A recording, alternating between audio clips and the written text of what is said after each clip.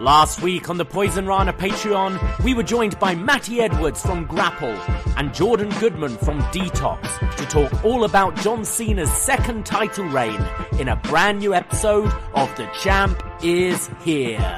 What did we just see? What did we just see? Like I mentioned it there to cut inside that music, guys. I mean, what was that? Like, it was like was it late 80s, like pornographic music? What was it? Like, they're all playing the Godfather's theme. Yeah. Like I watched this, and my wife was in the room watching this, but much to my chagrin, she was like, "I'm sure I've seen this," and I was like, wait there a minute, I know your brother's a wrestling fan, and she actually called, doesn't Ric Flair come out in this? And I was like, can I get you have seen this? Jordan, you were here live. Tell me, I've got to know, what was the anticipation like in this arena? And how was it watching? Just set the scene for us all, and how was it watching this? All I remember of this event in particular was the bed and that they were under the sheets. And that's really all I remembered. Now, I can paint a much more vivid picture of rewatching this past Friday as I was summoned for jury duty in Baltimore City.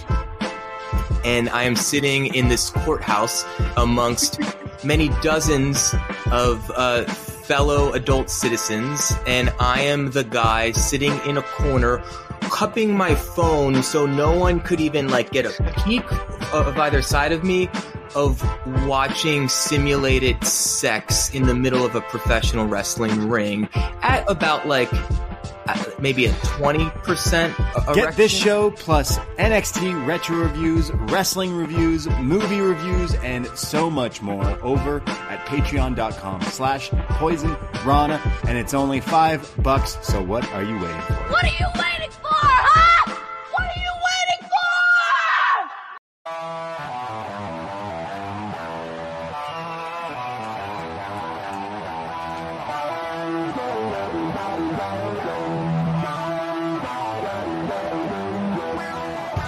First time in a long time, but back like I never left.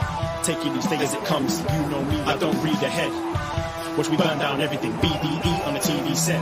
When I'm in control on the road, you could never really know what's up next.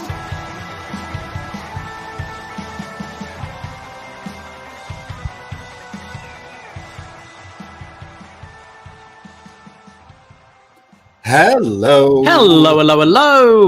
Braden Herrington here with Davie Portman for Up Next. You found us at postwrestling.com, Apple Podcasts, Spotify, whatever podcast app you're using, and of course, youtube.com/postwrestling. Hello, Postmarks. How are we doing? Hello, Postmarks. Hello, Poison Pals. Most importantly, hello, NXT friends. And hey, CW. As we start a new era of NXT, which means it's a new era of Up Next. It does, yeah. We've gone through black and yellow, black and gold, paint splatter.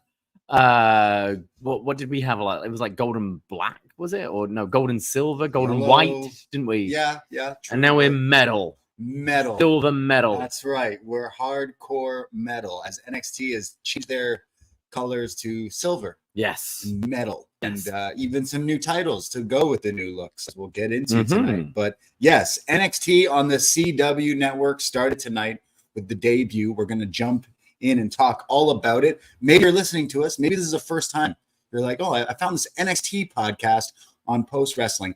Hit that subscribe. And while you do so, search Poisonrana, one word, in your podcast app or on YouTube, and hit that follow and subscribe, because we do lots and lots of other podcasts, including talks of AEW, WWE, and the likes. But you can catch us here every Tuesday night on Post Wrestling with a new episode of Up Next at 10:15 p.m. Eastern Time, which, Davey, is this time now going to change with what seems to be no overrun tonight? Maybe, yeah. One of the changes, obviously, USA has, NXT's been having the overrun for years, normally 7-8 minutes at the end.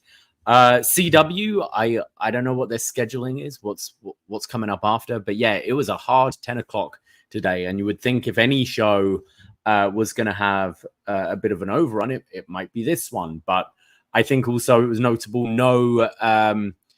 if this was USA, you'd maybe have the first hour commercial free or something like that on a a big premiere, especially with some big title matches going on. But no, it was commercial breaks. Let us know, those who watch the US feed, because we watch the network feed. Was there any picture-in-picture during the show? Yeah, right now here in Canada, we used the network to watch this still. So for us, it really didn't change, and we didn't get any picture-in-picture as per usual. Instead, we get those same commercials for the bump, which I'm not even sure is still a show. It's not a thing. Okay, yeah, so that's how dated those commercials are. Okay, so no picture-in-picture, and it's local news after. So Nice. it's going to be hard 10 o'clock. So Yeah. maybe we'll be starting this thing a little earlier. Maybe we won't even do a set time, just be shortly after NXT. So that gives time to... Yeah, as soon as NXT airs, make sure you pop on over to the Post Wrestling YouTube, and then we start the show just minutes after. As soon as we can, yeah. Yeah, so yes, welcome longtime friends and new friends here to Up Next. We're going to chat about some NXT, but we have a lot of other stuff to talk about as well. We've kind of didn't do a show on Sunday. We usually go live on Sundays, but with life in the way and some things happening, we won't be going live this upcoming Sunday as well, but we will talk about Bad Blood, I'm sure, next Tuesday before we jump into some NXT chat, because we're definitely excited to talk about Hell in a Cell. Absolutely. Yes, go and follow the Poisonrana podcast feed. Search Poisonrana in your podcast app. Search Poisonrana on YouTube, because we do talk a lot on there. I was actually joined, we did a show a little earlier last week on Thursday. I was joined by B Detroit, talking all about Raw, AEW Dynamite Grand Slam, and we both caught the first episode of the Vince documentary. So we talked all about that on that show. As Braden mentioned, no Poisonrana this Sunday, as we've got a bit of a move going on.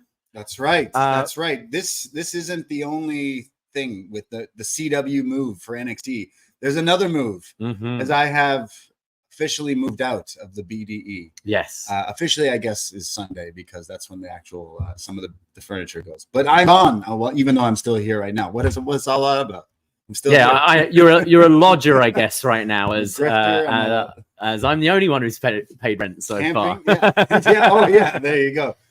So yeah, big things happening in not only NXT but Up Next, because yes, the podcast will obviously continue. We kind of mentioned, but I'm moved out, and our friend Graham is moving in with you. He's going to be moving excited?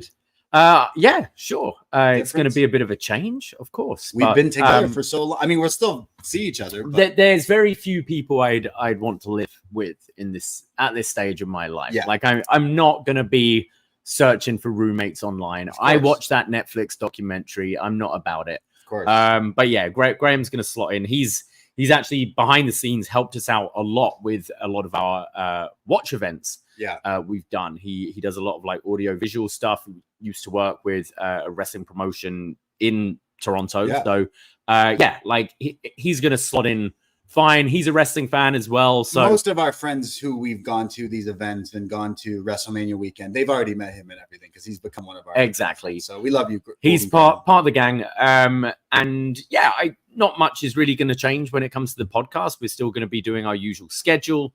We'll quite often be doing it live in person together like this. However, I think we'll be having a bunch more of kind of remotely as well. But Tuesday nights have been our night for a while. So I think your girlfriend's used to the Tuesdays, you not being there anyway. So I can see it pretty much continuing the way it is. Yeah. So we're going to keep doing everything that we've been doing. So nothing really changes with the podcast. But yes, all good things must come to an end. We've been roommates for how long? Like 6 years? Is it? 2 different places. Yeah. We've had quite a ride. So pour one out. But the BDE isn't going anywhere. It's the BDG.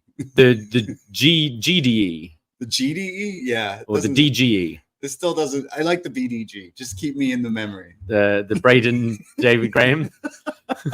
Which Graham, oddly enough, is your middle name. It is. So and David's your middle name. Yeah. It'd be weird. And I think Braden's middle name is Graham. No, I think his middle name is David. I think he's Graham David. I might be wrong. He's sometimes lurking around in the chat. Yeah, as well, sometimes he is. We'll see. Yeah. So yes, lots of big news coming with that, and we'll still do podcasts. And hey, if you're like, Braden, Davie, I love you guys and I support you guys and been following you and want to show my love for this move. You can at patreon.com/PoisonRana. You also can at chop-tees.com/PoisonRana. $5 to become a friend on our Patreon, which gives you hundreds of podcasts, including the new stuff that we're putting out. So like we said, just because we're moving out, not living together, we're still going to be podcasting like we live together. Oh, yes. We did. You might have heard the little preview at the beginning there. We did just release our second episode of The Champ Is Here. We were joined by Matty Edwards and Jordan Goodman. Matty being from Grapple, Jordan from Detox, who does a show monthly on our very feed, as well as the Wellness Policy over on Post Wrestling. Oh, boy, that was quite a show. Oh, yes. We knew it was going to be full of laughs, and it was. We talked about John Cena's second title win and reign. So we went through all of 2006, Triple H John Cena, Edge John Cena, and RVD John Cena. And don't forget Spirit Squad Kenny as well. Oh, yes. Can't forget. How extra. could you? Yes. Yeah, I never do. So that was an awesome show, having Matty and Jordan talking about John Cena. We're going to do this once a month where we just go through the John Cena title wins and reigns and everything. So next one, next one's going to be a big one.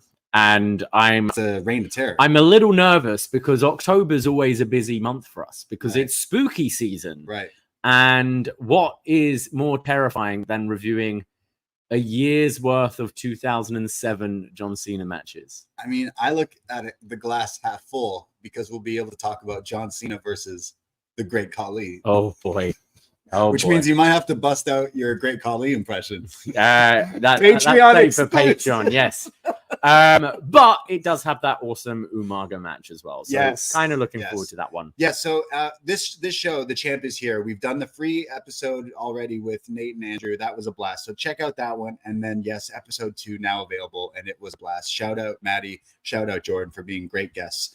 It was a lot of fun. But that's not all. You get that show. You get everything we've done in the past, all our movie reviews, all our wrestling, including Bad Blood returns this Sunday. So we thought, why not turn back the hands of time and go back and revisit Bad Blood? Sorry, Bad Blood. Bad, like bad. Did you know they've got rid of that? Yeah. Why did they ever have that? I mean, double D's. It was the 90s. Yeah. Like, you know, using an X in everything, a Z, X, Z, and da-da-das when you don't need to. You love the da-das. So Bad Blood, it's so bad. It's Bad Blood 1997, the inaugural, the first ever Hell in a Cell, Undertaker, Shawn Michaels. We're going to chat all about this whole pay-per-view in your house. Yeah, we actually talked about this in one of the very, very first Best Match Ever episodes we did way back when we started the Patreon, and we did a Best Match Ever Hell in a Cell, and we looked at a lot of Hell in a Cell matches, and this one is right up there as one of the best. It's a 5-star match as rated by Dave Meltzer, and there weren't many more in WWE for quite a long time after this one, but I have no idea what the undercard is. It's not good. No, it's going to be fun to chat about that. Everyone can have fun talking about that Hell in a Cell, but it's the undercard that we truly dig our claws into. The feedback thread is still open, both on our Patreon and the Facebook group. We implore you all to join the Facebook group if you are a member of Facebook, because you can post fun things, and we love, even if you don't have a chance to, you know, watch the whole show, I'm sure you have memories of that Hell in a Cell match, Kane's debut, the whole lore of Kane and The Undertaker building up to that great moment. So we'd love to hear your feedback. Yeah, it's going to be a great show talking about the Hell in a Cell and everything there. And you get that show, you get The Champ Is Here episode 2, you get everything in that back catalog. And now's a great time to sign up because you'll get the whole month of October, which is spooky season. And you know we're going to go wild for that. We got some crazy fun podcasts coming up for the month of October, and spooky season is our favorite time. Yeah, obviously Halloween Havoc is coming up on NXT, and we have thrown up a poll on our Facebook group for what Halloween Havoc you would like us to review this time around.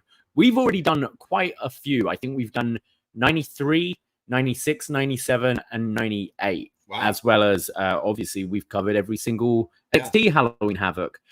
So we're leaving it to you. We've thrown up a poll, and it is very close. There is no decisive winner at all. 95 right and now. 99? It's actually all of them have a chance of winning. My goodness. 91 is trailing right now, but tied in second place is 89, 1990, 1995, and winning right now is 1999. But we will keep the poll up a little bit longer. Halloween Havoc's still a good few weeks away, so maybe we'll keep this open till next week and we can announce what we're going to do. Yes. So follow Poison Rana on Facebook and find the tadpole, if you will, and vote for your favorite Halloween Havoc that we will, or least favorite. I'm having a feeling everyone's voting for the worst ones. I mean, when it comes to WCW, I think the worse the better a lot of the time. Yep. Yeah, you don't even have to say it. I know what you mean, but yeah. I mean, we've got one with a Chamber of Horrors.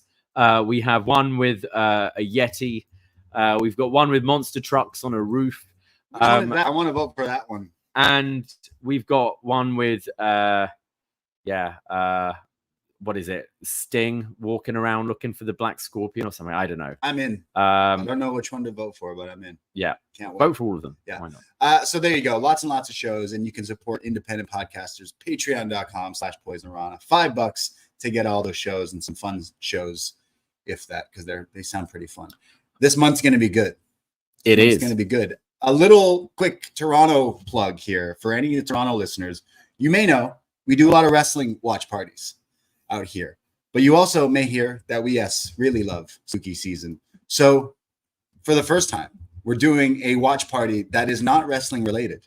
We are in fact doing a Halloween watch party, aka Loomis Night, on October 30th. It's a Wednesday, Devil's Night, in Toronto at Gabby's. More information to come, but if you are interested, check out Poisonrana.ca. We will have the links up for this. We will be essentially, Michael Myers gets all the love, and we think Donald Pleasance, Dr. Loomis, needs some love. So all Halloween costumes are allowed, but Loomis preferred. Loomis is preferred, absolutely. So get those bald caps or get the razors out, trim that goatee, and come along to Gabby's. We're doing a bit of a pub crawl. So we've actually linked up with one of our breweries, and they'll be providing everyone on entry with a free drink. Tickets are $10.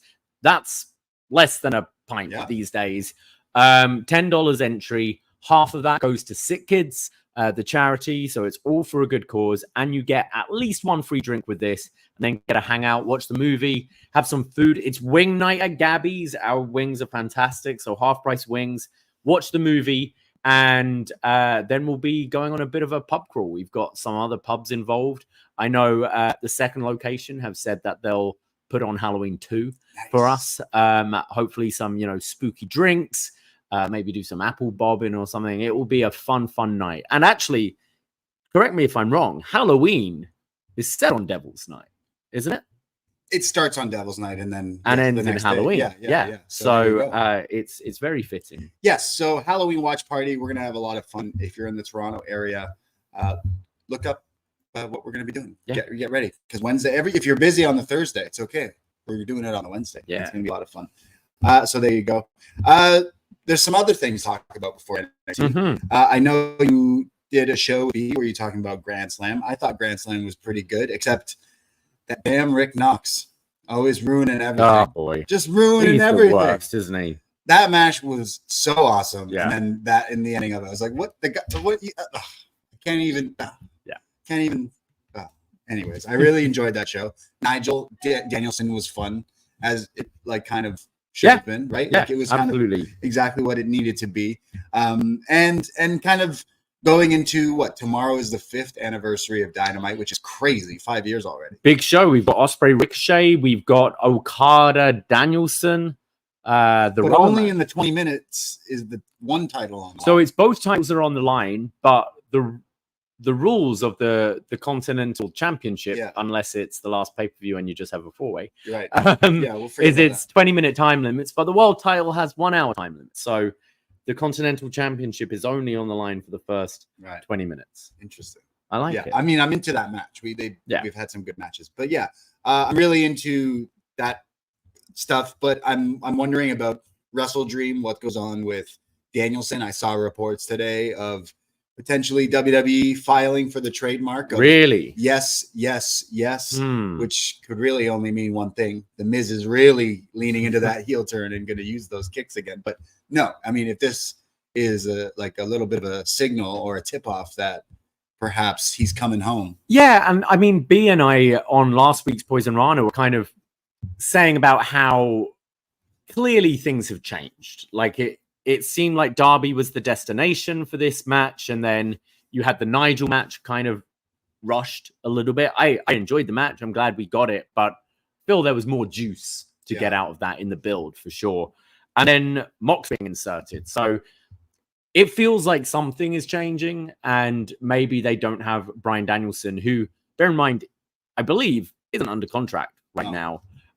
Maybe they don't have him as long as they thought they would. Maybe he'll lose the title to Moxley. Wait, isn't Moxley under contract right now? Who knows? Who knows? But very interesting. So, yeah, would be quite interested to see what's going on there, especially if you said WWE have filed those. Like, trademarks are things you got to renew, right? And I guess it's been 5 years, has it? Over. I mean, they said there was potential they could have sued him for using it. They joked about that. There was that, but because he wasn't using it to start with, he wanted to get very and still he used it occasionally, but interesting. I mean, we've always said it's Bryan Danielson can retire, but Daniel Bryan will retire in WWE. Yeah. And as I always say, I think it's got to be with Charlie Dempsey, Regal's kid, to tie the whole thing around one day. But that's pretty crazy considering. I think the big match in AEW would have been Darby versus Danielson, and to not do that match in Washington is a little bizarre, don't you think? Oh, absolutely. That's got to be one of the big drawing matches, and yet it's been pulled from us, and instead you're not doing it. Yeah, I mean, the thought of, I think going into this Tacoma show, you're looking at, is that when Swerve gets a rematch for the title? Is it Darby Danielson? You thought it'd be some iteration of the three, like, kind of hometown lads, but no. And I do see Mox taking that title, and I see Darby eventually getting off that off him, maybe World's End or early next year, Revolution perhaps. Right. Yeah. You know, a year after Sting's retirement, winning the title, maybe that kind of thing. Sting could come back. Yeah. Bring his kids. Yeah. Sick.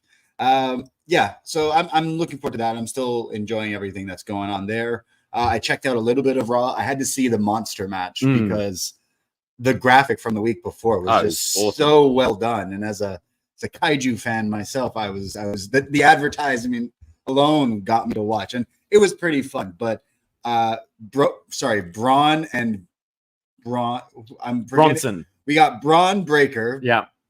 Bronson Reed. Yeah. And Braun Strowman. Yeah. Right. Okay. Correct. Yeah. So I thought they were doing some crazy big man spots and stuff, but I was feeling like Braun Strowman looked like he was walking like the Great Khali or Big Show for a second, and then I'm seeing reports that he may have gotten injured. Oh, really? Because at one point I was like, "Whoa, holy shit!" But he did it. Then later did a dive off the top, which was pretty crazy. I find Strowman an interesting one because I've really not liked him at periods in his career. I think there was a moment, I think, just before Nicholas really happened, where he felt quite hot. You know, that you had the feud with Brock. There was that awesome 4-way at SummerSlam, and then he kind of just was doing nothing for me for quite a while. And then I still think of that. Was it like an 8-man tag from WrestleMania 39 that he was involved in with American Alpha Academy and Ricochet and that. Yeah. And he was really impressive in that. I thought that was a really fun match. And definitely this whole feud with Bronson Reed and what they've been doing with Bronson Reed, I think it's revitalized both characters, and there's certainly a place for him. Not saying I necessarily want to see him be world champion, but I think it's great fun to be either, mid-card of a pay-per-view or Raw, doing these just big monster matches. We're potentially talking about a monster truck match, and this kind of what it felt like, didn't it? These two just going at it. Yeah, I think it's really working for Bronson Reed with this little program, and clearly you're going to go now in the Seth feud again. right? Yeah, so I think that's pretty smart, and I thought it was good. Again, good marketing. Like, hey, let's get two of the bigger guys and Monster Mash or whatever, and they should do it again towards Halloween, rematch it, and add even more gimmicks and stuff as we've seen in kind of NXT. But I'm all for it. Like, it made it feel different, even though it's the same thing. They're just doing those. They're doing the guardrail.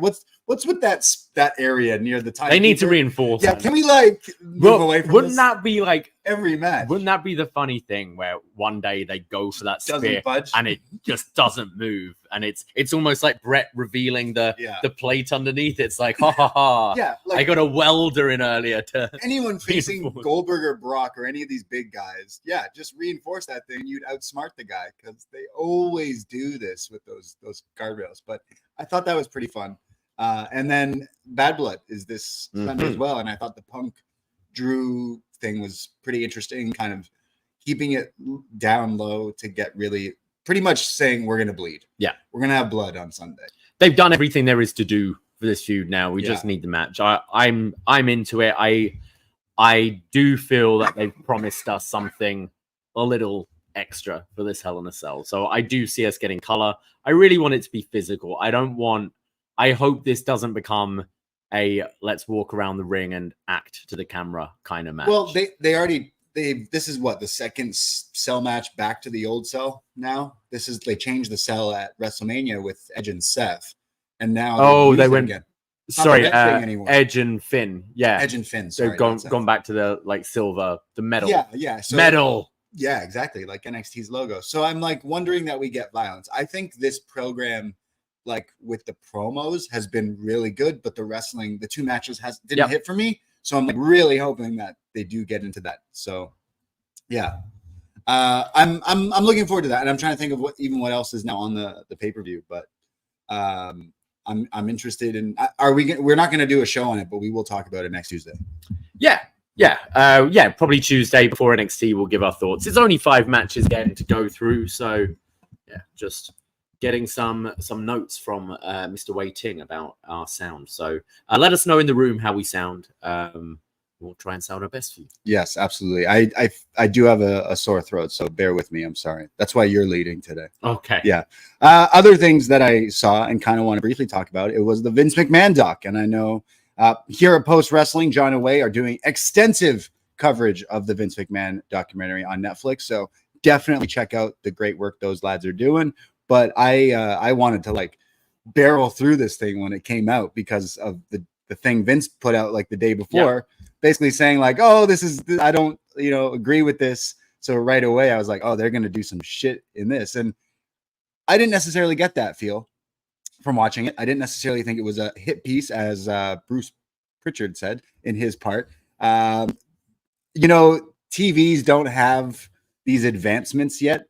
But you could almost smell Vince's shit on Bruce Pritchard in the interview. Oh boy, he's just the worst, isn't he? He's just so far up there. That he's still in the company. Yeah, it's like, bro, you knew some shit. Get out of there. I mean, I don't know. That's just me. No, I agree. And I'm a fan of him too. But watching this, I'm like, come on, man. Yeah, he was definitely one that made me groan. I thought it's a wrestling documentary. I tend to enjoy them. But it felt like there were a lot of masters it was trying to serve this thing. I think my favorite episodes were, I'd say 1, 5, and 6. I'd say they were the ones that kind of sort of covered new ground. Yeah. I could have taken 6 episodes about Vince's childhood and growing up and buying the company and all that. That is stuff we've heard about, but in nowhere near as depth as we've heard about, Montreal or WCW and the Attitude Era and that kind of thing. So I found all of that kind of interesting and wanted more of that. But obviously these interviews were filmed before the allegations, for the most part. And then in that time, these allegations have come out. Vince McMahon's pulled out. I'm sure a lot less people would want to speak after this has happened because they're worried about how they're going to look or whatever. Then Netflix gets in bed with the company. They're going to have them for the next 10, potentially 20 years. So there's a way of them now, okay, we've sort of got to bury Vince in a way and wash our hands of him so it's a clean slate. But we also want to get our audience caught up with the last 50 years of wrestling. Yeah. So, and then we just had Who Killed WCW a couple of months ago. And I felt a lot of it was, okay, this is Eric Bischoff saying the same things again. And things as a wrestling fan that I could have done without, but I get why they're there.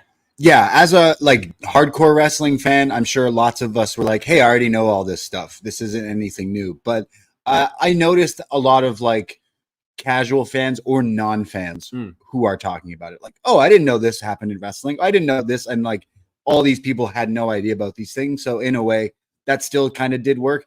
Like I had a friend go, oh, I know you love that wrestling stuff. I watched that Vince doc and like I had no idea you're such a like scumbag. I didn't know wrestling came from that. I knew wrestling was, wrestling, but like, whoa, okay. And then he's asking like, is it different now? I'm like, yeah, like as you saw in the end of the doc, it like they do kind of go as soon as Steph and Triple H kicked off Mania this year. It's like, all right, new slate, new phase, new whatever, right? So it didn't necessarily serve to hardcores because it's like, well, we're deep in this stuff and we know about it, but it was interesting to hear it from Vince's mouth himself, which is very rare to hear stuff come out, like him to explain certain things. Just him mentioning baby faces and heels and kayfabe Benoit and shoot and that kind of like hearing those terms that we hear as wrestling fans every day. We use those terms. Yeah. Hearing it come from Vince was like, whoa.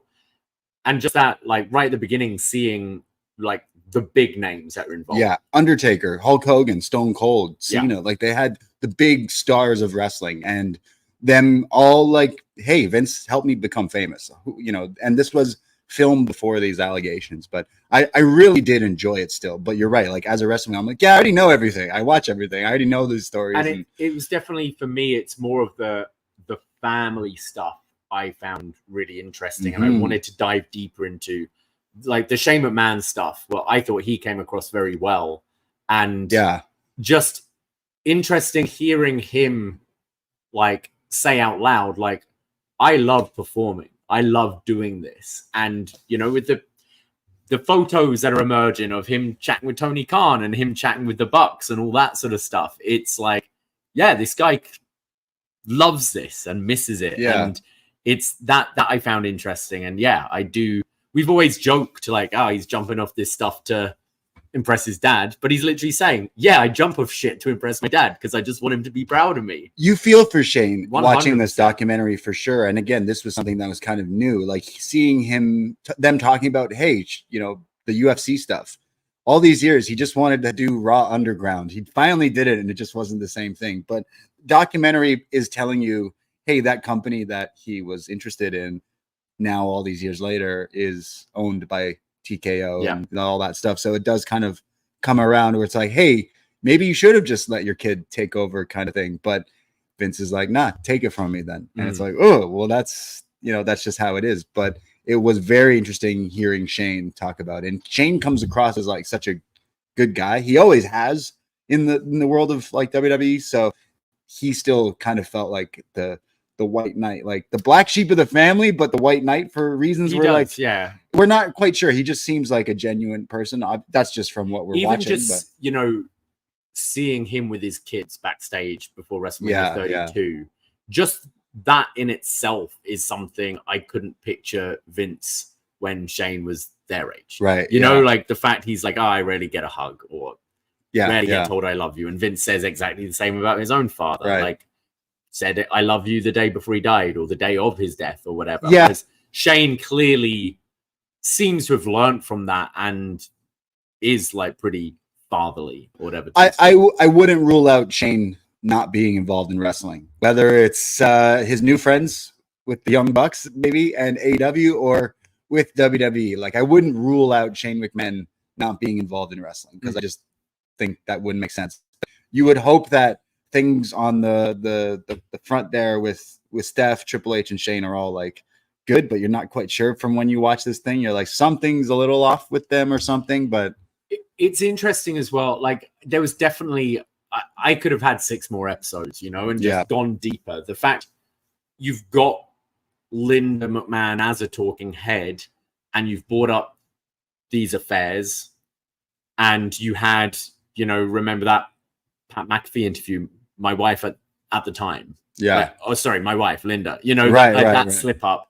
Like, you'd have thought maybe you'd probe into that a little bit more. Like, hey, what is your relationship now? Like, are you still, getting into that maybe a bit more?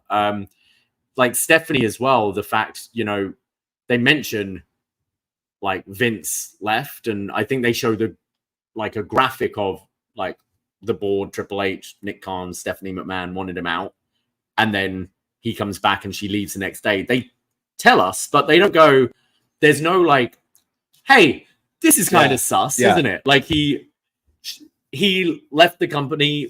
They didn't want him back. His own daughter and son-in-law didn't want him back. Then he came back and Steph leaves the very next day. And you almost see parts in this documentary, like her realizing things. There's the bit where they talk about Tyson and bringing Tyson in. Oh, yeah. And her face, man. Oh, my God. And she goes, yeah, well, he hadn't, like, the rape case hadn't happened yet or something like that. It's like, no, that had happened. And she's like, oh, that had happened and we brought him in? Like, oh, shit. And I just get the impression that over a bit like Shiv in Succession, like over time you go, fuck, my dad's done some really shitty things. And, you hear from people who are in the company that really, the women especially, who really respected Steph because she was like looking out for them and stuff. And maybe it got to a point where she felt like a hypocrite or whatever. And it's like the realizing, okay, my dad's not just an eccentric, but some of these things are kind of fucked up. Yeah. And that's unfortunately what you get when these interviews happened 3 years ago. Yeah, it's weird because there's so many more things now that we want to ask people, but we won't be able to get those questions out. No one's going to want to talk bad about him, right? Because it's like, he's the guy who got me famous, essentially, is the vibe I get from a lot of these people. But it was the stuff getting personal with Vince and him and the way he like steamrolls over or blows over certain things. The Sable thing, they talk about Sable. And then like, hey, there's all these allegations. She made these claims and this and that. And there was a lawsuit. And he's like, yeah, well, she came back to work for me, didn't she? Yeah. Next question. And I was like, that tells me that there was a lot more there now, that I have more questions coming out of that than any answers. The referencing, finally someone referencing the Ashley Massaro incident and the story with her overseas and everything. For years, people were like, hey, like Vince knew about this. And therefore, like, you knew Steph knew about this and everyone involved knew about this. Like, why was this covered up? Not only that, then there's her saying that he tried to, allegations with Vince and her, and then she killed herself, and like that's just like glossed over. Yeah, and that's the thing. I think it's stuff we know. I'm thinking some of my friends back home who were wrestling fans back in the day, and they're like, I'm gonna check out this Vince doc. Would they even remember that by the end of this documentary? If I brought up to them, the Ashley Massaro thing, after them watching these 6 episodes, they'd probably go, sorry, what was that? Because it's 2 minutes. It's blink and you miss it. And so much of that. Yeah. And then compare that to the length of time we have on The Streak.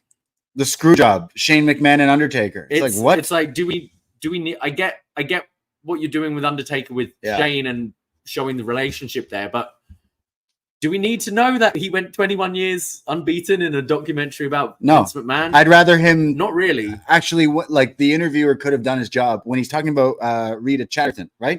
He's like, no, it was consensual. And then they move on. It's like, well, wait a second. Like, wouldn't the interviewer be like, hey, can we actually We also don't know what's on the cutting room floor as well. Fair enough. And apparently, like, it sounds like Vince was pretty difficult. He'd show up late, or he'd have like a frog in his throat, and bits would be completely unusable and stuff like that. It's odd. The thing that stuck with me, and it's something I haven't really heard other people talk about, is when they ask them, what do you think Vince McMahon's legacy will be? And bear in mind, this was asked before allegations. Yeah. And Tony Atlas and he on the documentary has been critical of Vince, but he just like goes, greatest wrestling promoter of all time. And I don't think, like, we're obviously being very critical of Vince and shit he's done. I would say the same. Sure. Like, he created this. He's the greatest wrestling promoter of all time. It will be a long, long time before that is touched.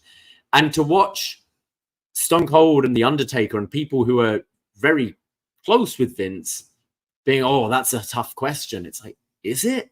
And part of me was like, are they like worried about speaking too highly about him? Because then if shit comes out, you then show this clip oh, he was a god. And I found it strange that they found it so difficult to answer that question, because I think it's pretty easy. He changed wrestling. He made it a huge thing, and that's his legacy. Yeah, is like, I guess like the doc is to put an asterisk next to it, like, hey, you can't make an omelet without cracking a few eggs, because he's done some crazy stuff. Like, I'd say after watching the Vince series on Netflix, at the end of it, I just thought, wow, I'd really love this, but if the dark side of the ring guys made it, because now I really want to see that. I want them to go, nah, fuck that. Let's go interview some other people and get our version of the story. Let's, you know, or someone else, not just that. I mean, it's going to be interesting how, because there's that thing, you know, oh, were you surprised when Vince came back? And all of them are like, no. And I wonder how long, like, it seems like he's gone now. Yeah. But I'm sure some of these people are like, but who knows what will happen. I legit don't think. And I wonder if you make this documentary in 5 years' time, when it's really like ding dong, the witch is dead, like he's gone now, whether people would be more open to talk about stuff. I thought it was a really interesting series. Like, again, we are hardcore fans where we know the little bits and pieces of everything, or at least we think we do. And then this was a bit more broader. It helped show people like exactly what wrestling is. And in a way, like you said, cleaning the hands, it's like, hey, look, it used to be scummy and there used to be a lot of nudity and violence. And now it's kind of a little bit better. And you know, and they definitely trying to hit you over the head that, hey, we're different now and he's gone and everything. But there was still a lot of questions to be asked watching this. And I think it's real easy for wrestling fans to just go, oh man, Vince was fucked. Anyways, Tony Khan booking the Beast Mortos too many times, man. Fuck that guy.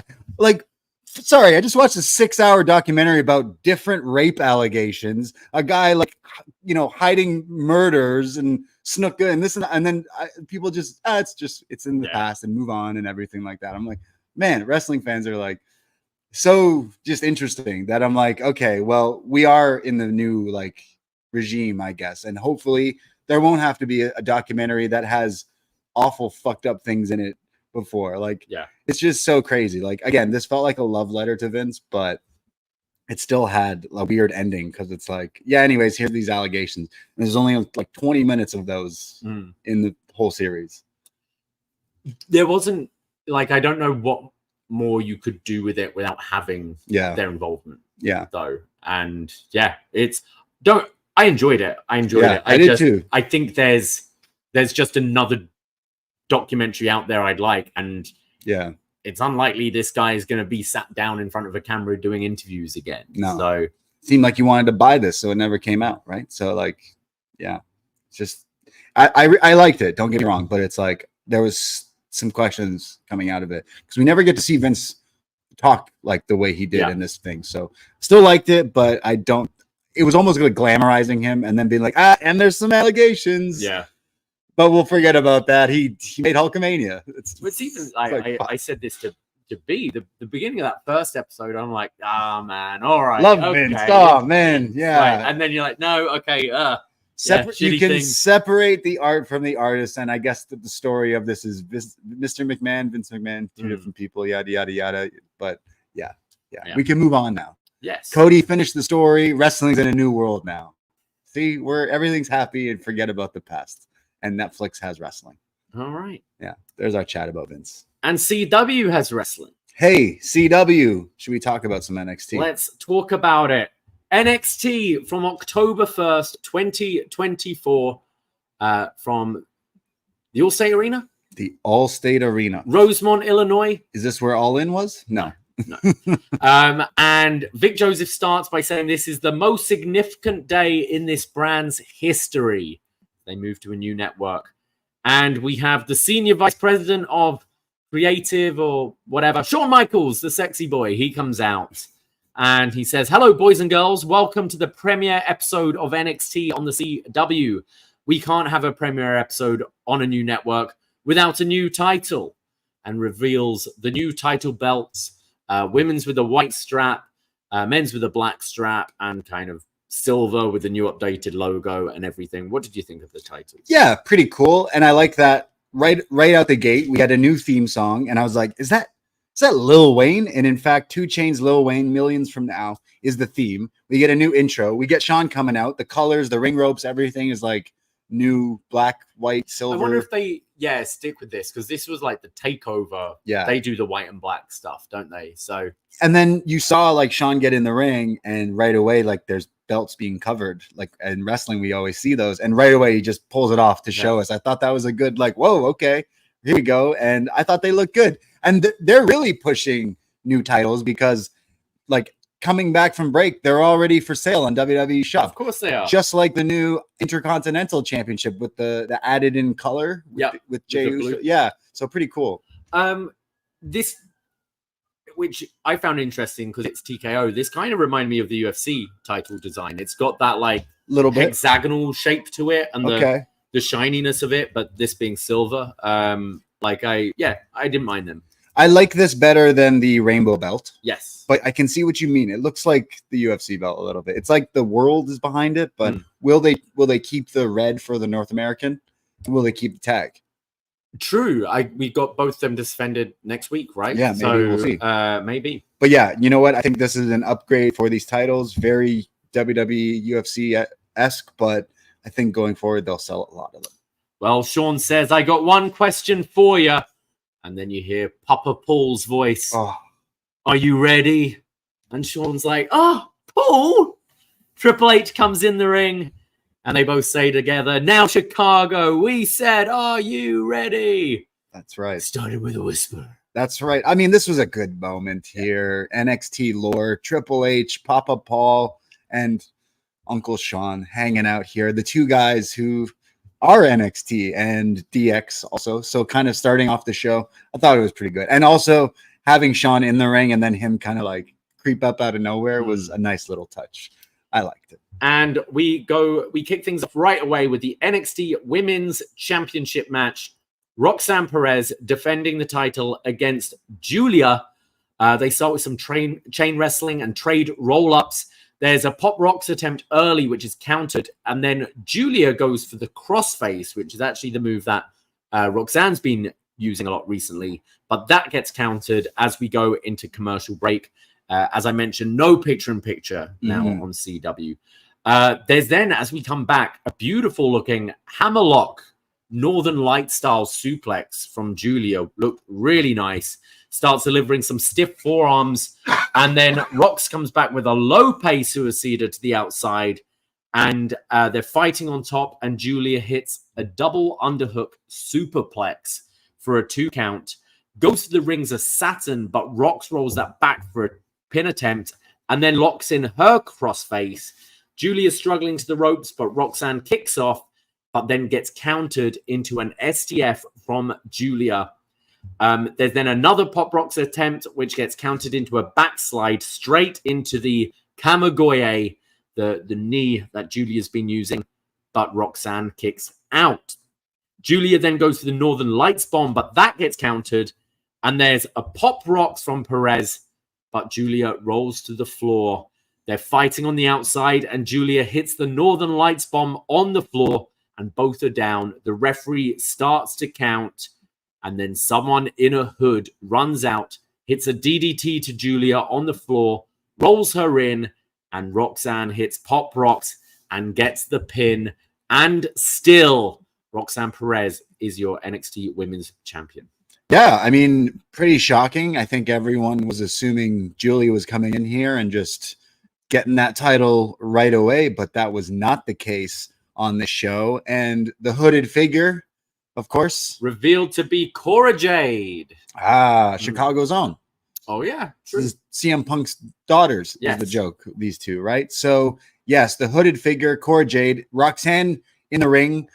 She had a little bit of spit on her face as the zombie ref was like, "Yo, wipe your face," and she finally did. Some But globber on her chin. and Jay White going on. yeah, Roxanne was kind of like a little shocked. At least she was acting like, "Oh, what are you doing here?" kind of thing. So maybe there's more to say to this, as we'll see a little bit later. But yeah, I thought this match was pretty good. I think the commercial break, going to commercial pretty quickly, I think kind of hurts it. I'm broken record, but if this is somewhat supposed to be sports entertainment, sports don't go to break when they go to play. And I think that kind of affected this match for me, because they maybe wrestled for like 3 minutes and then you went to break and then you come back and they're hitting moves and then it kind of ended. I think it's something AEW does pretty well, is maximizing their time a lot of the time. As nice as it was, Shawn and Triple H being there, I'd have much rather even cut the entrances and just ding, ding, ding right away, go to the match and maybe get a bit more out of it. And then you can unveil the new title after. Yeah, maybe. It was good. Felt a bit like a TV match. There's definitely more in there. I know Stephanie Vacour said that she'll face the champion at what I assume is Halloween Havoc. But I do feel there's another match between these two. Didn't quite go as hard as I'd like. They're both, two of the best in the division, obviously, and just very smooth with each other, I thought, but never really hit that extra gear. And this was the match I was looking forward to the most, and I didn't fully get what I was hoping for. So it didn't deliver. I'd say no. Yeah. I'd say it was good, but there's definitely room for more here. Yeah, like it was good, but if you're comparing to some of the other matches in this Roxanne reign, I still think the Jordan Grace one is at the top of that list. And I think everyone was going into this if you're familiar with Giulia, you're like, oh yeah, I can't wait. And if you're not familiar, you're kind of like, okay, what's the buzz about? I still think you were coming out of this oh, this girl's pretty good. I don't think anyone would be like, oh, she sucks, even though she just straight up lost. She's a loser. I'm okay with that. She has had one match so far, right? So this is the second match. Yeah, that's what I mean. She's had one match before this. I think there's a bit more juice to have, especially with all these new women coming in. I'd kind of like to see Rox face them all before moving up. And you can have Giulia as the one to eventually take it, but it doesn't necessarily have to be right away. And maybe wait for a pay-per-view where you can give them 20 minutes uninterrupted. And they did reference, shout out Vic Joseph, Booker T commentary, referencing Meiko Satomura on commentary, because I still just need that rematch. Yeah. That's the one who stopped Roxy's first reign. Yep. If you go back to that. So hopefully I know she did say she retired, but we also watched her wrestle on a train. Yeah. And wrestle with Bianca and Jade. So did she retire on her retirement tour or something? I don't know. It's kind hopefully of weird. She doesn't, because I'd like to see that. But yeah, I don't think it necessarily got to the maybe the match everyone was expecting, but I still enjoyed it, and I'm still intrigued on what Giulia can offer to NXT, and I think it's quite a lot. But then there's also now the story of Cora and Roxanne, which we'll get a bit more of later on. We see CM Punk, Ethan Page, and Trick Williams all just arriving at the arena earlier in the day. We got the video online today. We joked last week. Will guest referee CM Punk wear Shawn Michaels' referee outfit, the short shorts? Online exclusive. He did rock up. There was a great video with CM Punk, Shawn Michaels, and Triple H, and CM Punk wearing the short shorts. Yes. Definitely an image you won't be able to get out of your head, but recommend checking it out. It was pretty fun. So we then see Fraser and Axiom, the NXT Tag Team Champions. They'll be facing Waller and Theory next week in St. Louis. And they're playing the PS5 WWE 2K, now available for free on PlayStation Plus. Oh, nice. Yeah. Did you get it? Not yet. I will do, though. Nice. And they're facing Waller and Theory in the game. They're all in the game. They're all in the game. Yeah. And they're wondering if this is the best way of training and practicing and getting to know the other opponent. I'll tell you, no, it isn't. I'd study actual tape. But then, you could learn their moves. Maybe. Yeah. And Fraser is getting all hot-headed here, and Axiom's trying to get him to focus. And then Fraser eventually gets pinned in the match because they were distracted, and they would go, well, we can't let that happen next week, so let's have another game. So this is how your champions are training. Yeah, a little weird. We've been having Tony D'Angelo, pushing trucks, and then these two nerds just playing video games. They're like, it's A-Town. Undertaker walking past, rolling his eyes. That also was great. Yeah, I feel like these two probably play FIFA more than they play 2K. Yeah, probably. Right? Yeah, maybe off on that. But yeah, kind of weird that like these two, you look at best tag teams of 2024. I think these two are at the top of everyone's list. Whether what company, what show, it doesn't matter. This is the tag team that have had a great run this year. But whenever they are in the ring, they're the best tag team. Whenever they have segments, I really dislike them. Yeah, Fraser for me more so than Axiom, but yeah, they're not great together. Because they're really annoying, and their storyline was like, can we get along and all that? But it's bad acting, it's bad jokes. Like, I really like these guys. It sounds like I don't, but I just prefer to watch them wrestling. And every time they're in these little skits, it's like, okay, you're dorks. Yeah, you're nerds. 100% agree. So like, what? Well, how am I supposed to like cheer for you and like for you? You're sick in the ring, don't get me wrong, but like here you are literally playing video games where I'm like, all right. Cool. So I think the match will be good. I don't think they're going to lose the title. But I also saw a video of Waller dressed as him. They were dressed like he had the wig like Kurt Cobain and the Axiom thing. Did you see this? Kurt Cobain's daughter and Tony Hawk's son had a baby. Yeah, I heard about this. Ronan Cobain Hawk is the name of this kid. This kid's going to like run the world or something. Wow. Tony Hawk and Kurt Cobain's grandchild. Jesus. That's going to be the coolest little white kid running around. Maybe. Amazing. Anyways. We then see Ava, who's asking Punk to be right down the middle tonight. And this is when Lexis King shows up. This time, oh God, he's added a fucking star shaved into his hair. At this point, we just got to accept this guy for what he is. I love Punk's reaction, just laughs and goes, is that the Chicago star? He's like, yeah, it is. Yeah. We're in Chicago, so he's got the star. Punk brings up that he had a lot of respect for his father, Brian Pillman, and King basically says that he sort of brushes that off, but says, look, I've been a little torn recently. I swore to Oro Mensah last week that we'd have like a fair match, and there were many times where I could have cheated to win, and I didn't, and Oro eventually cheated and won that. So I'm torn. Like, should I go back to my ways? And Punk says, well, it sounds like you've got two wolves in you, and you've got to decide which one you want to be. And King is like, yeah, okay, I'll think about that. Thanks for the advice. So yeah, Lexis King kind of introduced this last week, didn't he? Where he's trying to maybe be a bit more babyface, but as long as you're looking like that, I ain't taking you seriously. I was gonna say maybe like next week he is turning babyface, because like what else can we do with this guy? We need to do something with this guy before they let him go, because like I don't know what he's been doing. It was all sizzle no steak with him when he first came in here, but then like next week he's going to have a match and he should be in the locker room, and he just looks at himself in the mirror. He goes, what am I doing? And then just shave it all off. Shave it all off. What sucks is that star. Think about that. How long is that going to take? I mean, this guy still looks like it's not real hair. It looks like it's a Sharpie, like he's falling asleep at a college party. But like the star is going to have to grow back in. So like it's going to be the star like that forever, or I don't know how it works. But wow, this guy's facial hair just gets better and better. That's not the right word. It gets worse and worse every week, and I love it. It's ridiculous. It worked. Like I think they're leading you to be like, okay, is he being sincere or isn't he? Right. But I think as long as he's looking like this, I can't take him. No chance.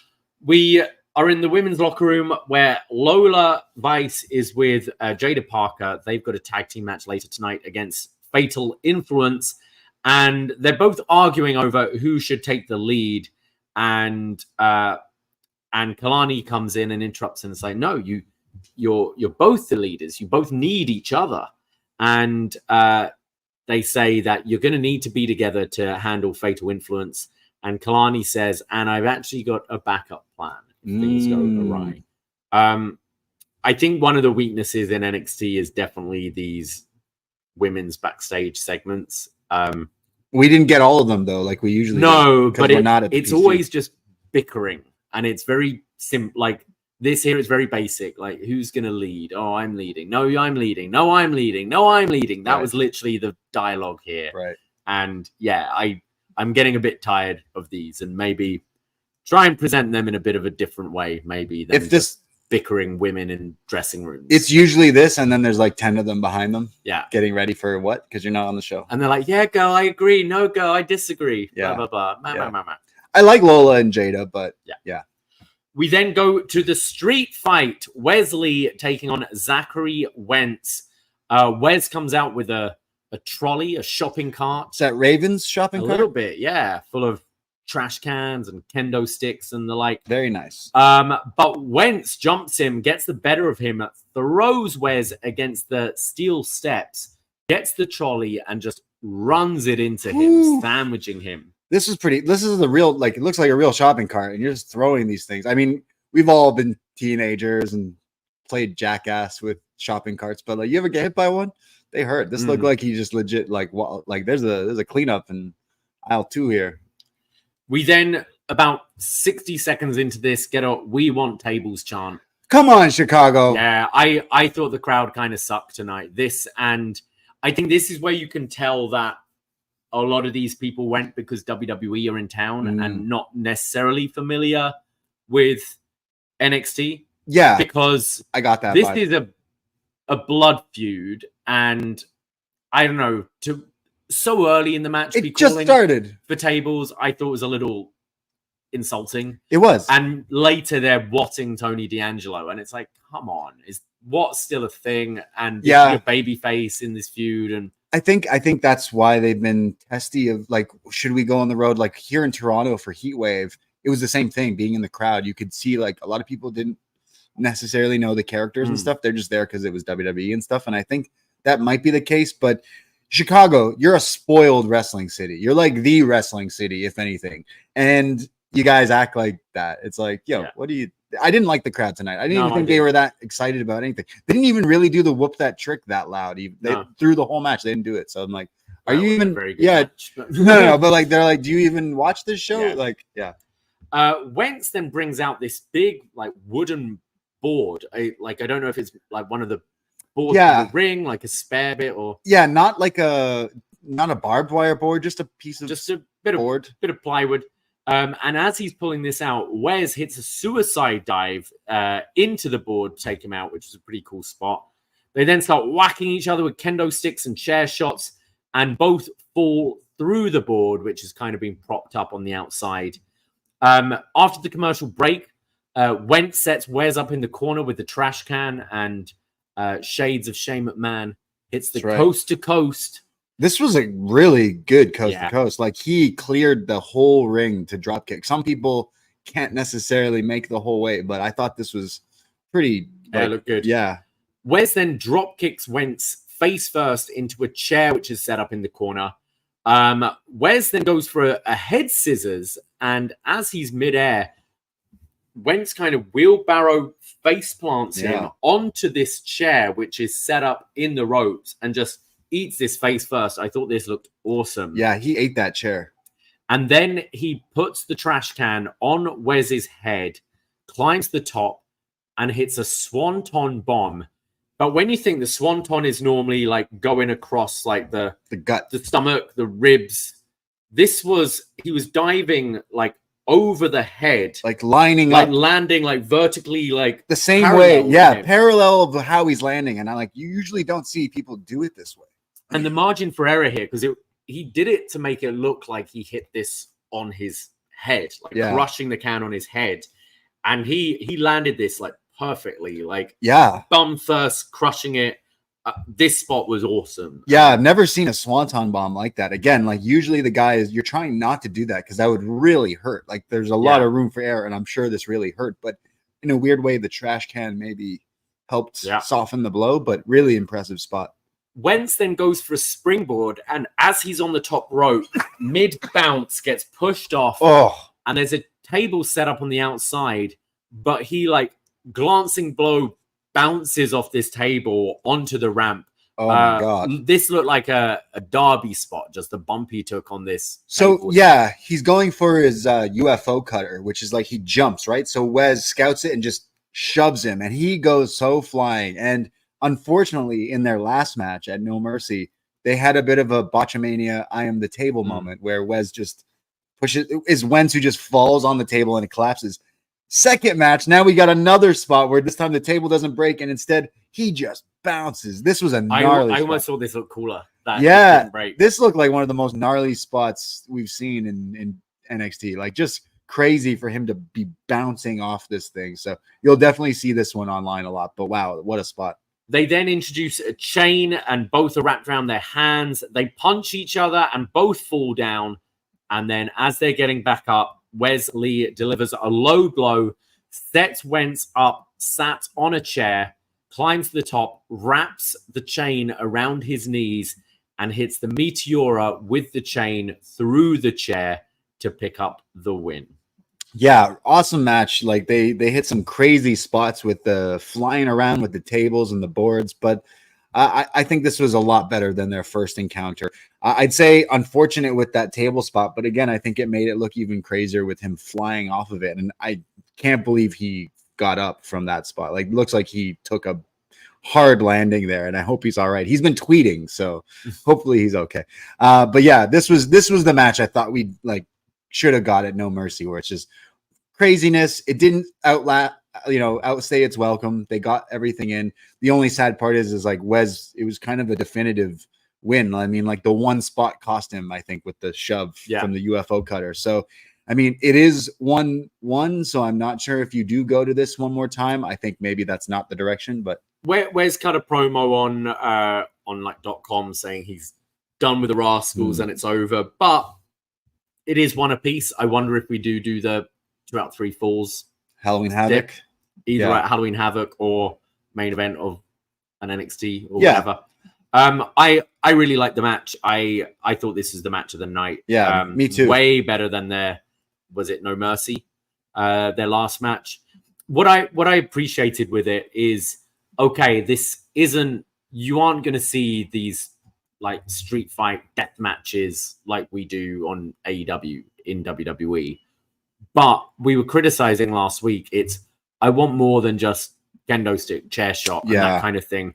And I thought there were some really innovative spots in this that made it memorable and different, like the like that swanton on the chair, like that head scissors into the face plant on the chairs, the UFO counter. Like, there was a lot that, and the finish I thought looked cool with the chain, and I thought they came up with some really creative stuff here to make it feel street fight worthy and not just a plunder match, not just the barricade. Yeah.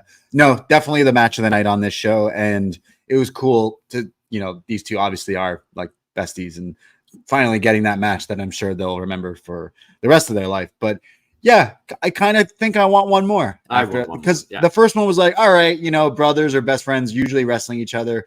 They're better as a team and not usually against each other. But I think this one really stuck. Do the 3 stages of hell gimmick. Ooh. What would it be for those? An Inferno match? Normally it's just regular match, street fight, cage. Smoke them if you got them for the Rascals. Hopefully that's not the end, but this was pretty great, and would definitely recommend it. Treehouse match, Do it it's like a scaffold. You throw the guy off. Yeah. Sick. We go. We see the CW representatives are ringside enjoying the show. Oh, yes. One of them wearing a WWE logo shirt. Nice. It's like Rob Lowe at an NFL game. Just go WWE. Go WWE. Fire Frank earlier messaged us and referring to, you weren't watching at the time, but I think it was UPN when SmackDown moved to UPN. Okay. They had Arnold Cannon or something, who was like the network executive, but they turned him into like a heel thing. Like, oh, you can't do that on the network, kind of very Cyrus ECW kind of gimmick. But very very unmemorable thing. So I don't think we're getting that with these, but they look happy to be there. Yeah. They're very excited. We go to Miz TV. Miz coming out to booze after his turn on Truth Oh. last night. And he goes, tell me how you really feel. Oba Femi and Tony D'Angelo then comes out, and D'Angelo starts by saying he's the guy who gets things done. What? Ruffles feathers. What? Yeah, this crowd sucks. Chicago. Shut up. Yeah. Deep dish pizza fucking sucks. Okay, it doesn't. It's But. pretty good. Yeah. I felt like they didn't even really boo the Miz either. I felt like he was like, yeah, because he was like, that's it. Like, fuck, no, wait. And he's like, come on, that's how you feel. Like a true pro here being like, that's not loud enough. Come on, give me the reaction I just have. Yes, Tony says he's the guy that gets things done, ruffles feathers, and says that he's felt Oba's power and explosiveness, and that's why he's the most dominant North American champion ever. But he says he's been studying and he's learned and will win next week and will be the new champ. Femi then turns to Miz and goes, Miz, you've been in the game a long time, and you know when someone doesn't believe what they are saying. He says, I can see it in Tony. He doesn't believe it. He's had a great run here in NXT, but his run has a ceiling. And he can throw people off bridges and stuff them in trunks, but he won't ever be NXT North American champion. This is my title. Tony goes, you sit there and you talk like you know me. I grew up 20 minutes down the road in Chicago. Come on, Chicago, stop fucking wadding me. I'm one of you. And then they go, wait, you're from what? Chicago? We thought only CM Punk was from this. Oh, shit, wait. From here. He says, I grew up in the streets of Chicago, and I thought he was New Jersey, wasn't he? All those early NXT promos. I thought he was New Jersey. Then he talked about being wrestling From in Philly. Buffalo. I was like, wait, what city are you from, fam? But then looking him up, he does say it like Illinois. So he says he has family in the crowd and his family in the back. And Oba says, well, your family can't fight for you. Next week, it will be me and you in the ring. And we both know what happened last time. I broke you and beat you and planted doubt in your mind. And we both know the answer to the question. You can't beat me. They then square up, and Tony says, you're just a man, Oba. He says, no, I am inevitable, and you're still broken. Ooh. Yeah, I mean, very Thanos of Oba Femi there.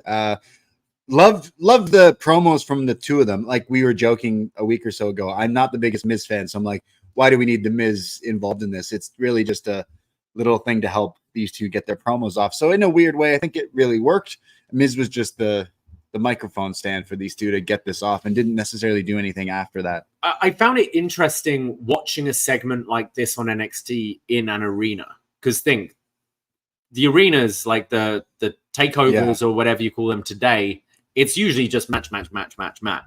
So watching a segment like this in an arena really got me to think, okay, how are these guys gonna look like on Raw or on SmackDown? And especially having the setting with Miz TV here, I thought it was quite a good test.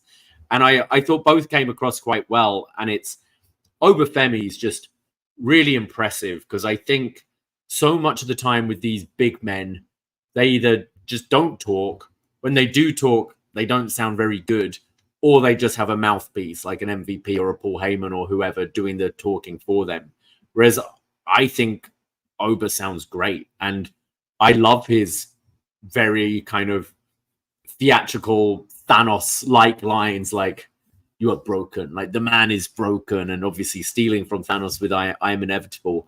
I think he sounds awesome. And I think would absolutely be a huge thing in WWE. Yeah, absolutely. I thought both came across good. I think Tony D should dethrone Oba Femi in a weird way, like because then Oba can go on and do other stuff eventually. Like I don't even know how long he needs to be at NXT. Well, you see stuff like what they've been doing with Reed and Strowman that we talked about at the top of the show, and you go, I just want to see this guy in there throwing these lads around. I liked Tony dressed clearly as Scarface here with the red shirt and the white suit, and then Oba wearing a Rock $500 t-shirt, or sorry, button-up shirt Yeah. here.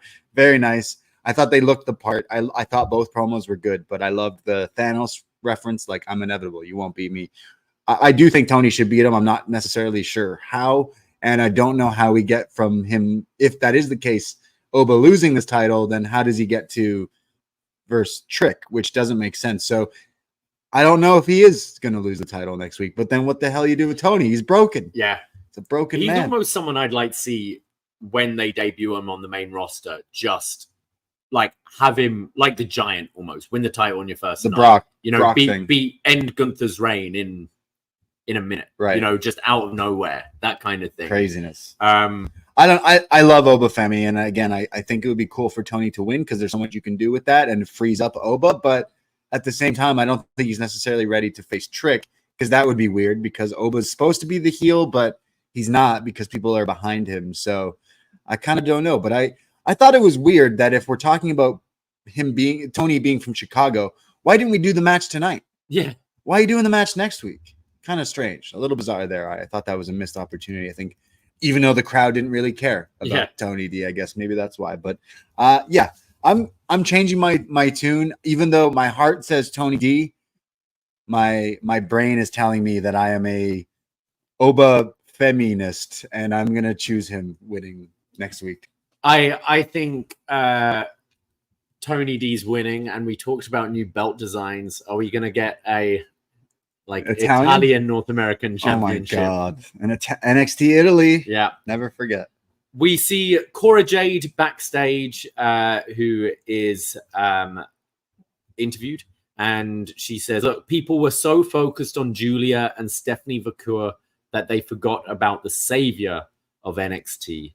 And this is when Roxanne shows up and says, "Hey, what was that all about?" Cora basically says, "Look, I've seen the woman you've become since I've been away, and I like what I see, and a common enemy makes us closer." So kind of on the same page, and the same hair as well. Okay, so this is where my girlfriend will be proud of me. I know that this is bullshit because they have the exact same shade and color of hair done in there. So you're saying you didn't talk before this? Yeah. Oh, we just happened to have the same hair color done and the same matching gear and everything. Like, no. You're in it together. We know it. So I think that's eventually got to happen. Like, oh, actually, this was our plan. I had you in my back pocket. I had this idea to beat Giulia. That's how I would do it. I don't think this was just like, oh, actually, we're friends now. Yeah, I wonder if we see them like against Bianca and Jade down the line. Fair. Yeah. Okay. Like, yeah. Or is this going to be a short-lived thing so we can eventually just have one of them turn on each other and quickly reheat to get that match? Just like the little things in wrestling, like last night on Raw, and from some bits I saw, like there was a promo going on, and in the background you saw like the New Day arguing. But here they have the same gear, same hair. Yeah. Like, I don't believe it. I don't believe it. It's the little things. You're working conspiracy together. I mean, they are best friends. So we go to Jaida Parker and Lola Vice versus Fatal Influence of JC Jane and Fallon Henley, and the Women's North American champion Kalani Jordan joins commentary. Jaida gets JC like draped in the ropes with Lola hitting an axe kick to her, which I thought looked pretty good. Yeah, really nice. Jaida then sets both of Fatal Influence up in the ropes and hits her double draped butt thing. Butt drop. Yeah. And then right after, Lola hits the running hip attack to both of them. I mean, this was funny. So you got Jaida hitting both of them with the butt attack that she normally does. And then you got Lola hitting both of them with the butt attack. There's just butts all over the CW network. The ratings are going to be crazy with all the butt attacks from this match. After the break, Fatal Influence are in control. There's a sliding forearm from Fallon and then a guillotine from Lola, but Fallon escapes. And then Lola turns for the tag and Jaida has walked out on her. She's had enough. I think because there was like a miscommunication where Lola maybe hit her. Right. And then there was a second time. So then Jada's like, that's twice too many. I'm out. Which storyline, you were arguing that you hate those girls so much. So wouldn't you just let that slide to weird wrestling thing? Fatal Influence then go for what looks like a magic killer, but Lola counters this with a kind of awkward head scissors arm drag and then starts delivering her kicks to all of them, including Jasmine Nix, Yeah. who gets on the apron. However, Fatal Influence come back and hit their running like double knee. It's almost like a running version of the BTE trigger, right? Like knees coming both sides of the head, colliding in the middle. Yeah, okay. To pick up the win.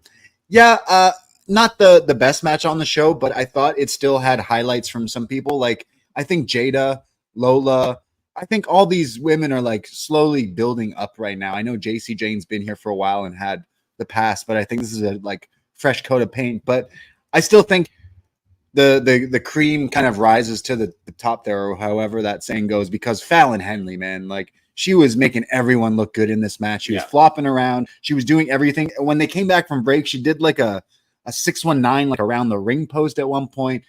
I think the story here, we forgot to mention that Kalani Jordan was on commentary. I think the story going towards like whether it's Halloween Havoc or whatever is Fallon versus Kalani, and I think Fallon should take the title from her. So Jason and Fallon get on the mic after, say that is a statement made, and our next target is the NXT Women's North American Championship. So Kalani, come in and show me the kind of champion you are. And well, Kalani goes, well, I thought you were going to do that, so I didn't come to Chicago alone.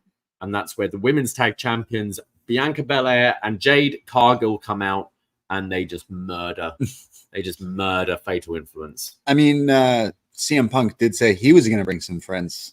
I think didn't he say something about Jade or something? He's wearing a Jade shirt. Yeah, that's right. Yeah, so big surprise with Bianca and Jade showing up as Vic is like, hey, look, it's Bianca and Jade, the hosts of Bad Blood. Yes. And I went, didn't know Bad Blood needed hosts. They've got a match next week, haven't they? Okay. Didn't but not on. Yeah, they do on NXT. Yeah. So yeah, it's cool that these two are down here. The tag titles, that kind of makes sense. We were mentioning there's no reason to have tag teams in NXT if there was no tag titles. So having them step down allows them. So I think next week is the 6-person tag. Right. Okay. Oh, gotcha.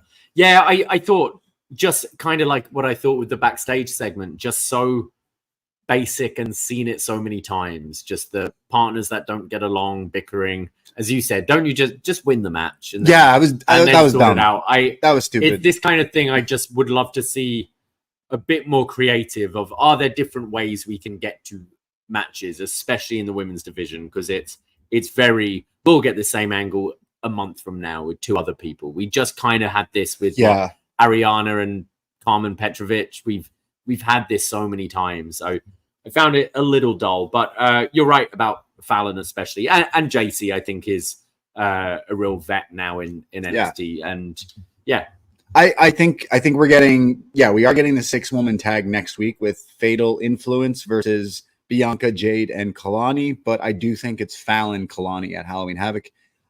I think Fallon is like a star with WWE. She always shines, and she's been put in tag teams and groups and stuff, but she always shines, and I think she's found a groove. Think especially like how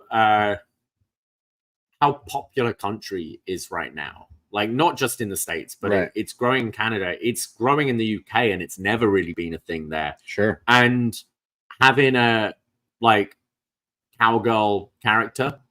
Like just, I mean, I know she's got a bit of the Trish look going on with the long coat and the cowboy hat, but I think it's kind of a gimmick that hasn't really been tapped into too much with the women. And she's great in ring as well. So. Didn't we go to an indie show where there was like a cowboy lucha girl or something, and then it revealed it was like not a real character? We're like, yo, that would be a sick character.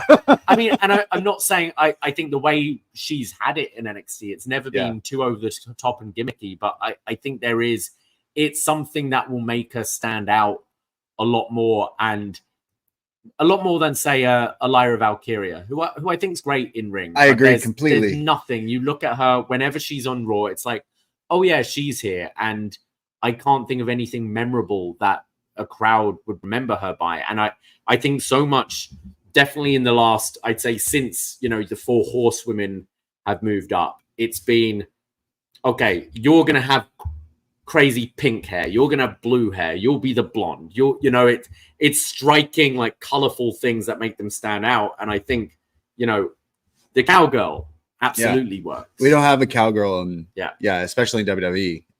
So it works. She reminds me of the Kid Rock jacket, the coat that she wears. But she is my favorite to watch, and we've been a big fan of her for a long time. And I think she's waiting in the wings, like she could be someone you put the title on eventually before she ever moves up, and she's helping all these other people as well. So. And we go to our main event of the evening for. There was a Javon Evans video with Randy Orton. Okay. There are lots of ads now on the CW network as progressive moment of the week or whatever. Javon Evans talking about his match with Randy Orton in St. Louis next week, and they show Randy Orton being like, "Yeah, I'm going to show this kid," and then shows Randy as a young kid, like, "I had all these opportunities, so I'm trying to give him opportunities," and then it just happens to show Randy hitting RKOs, and I guess an editor just, I don't know, randomly plucked out the clip of Randy RKOing Evan Bourne on Raw that one time, which is what we were talking about last week. So we are definitely getting some crazy RKO. It's going to be chin lock for 12 minutes and then a crazy RKO that you'll watch for the rest of your life. But wow, can't wait for next week. I'm actually looking forward to this match a lot. Javon is I think they have something special with this guy. I love to watch this kid. So yeah, it's going to be a lot of fun. Yeah. CM Punk comes out. He's the special guest referee for the NXT Championship match. Ethan Page versus Trick Williams. Oh, just before this, we have a video of a woman wearing red with red hair walking down a long road, a highway with a sign pointing towards NXT.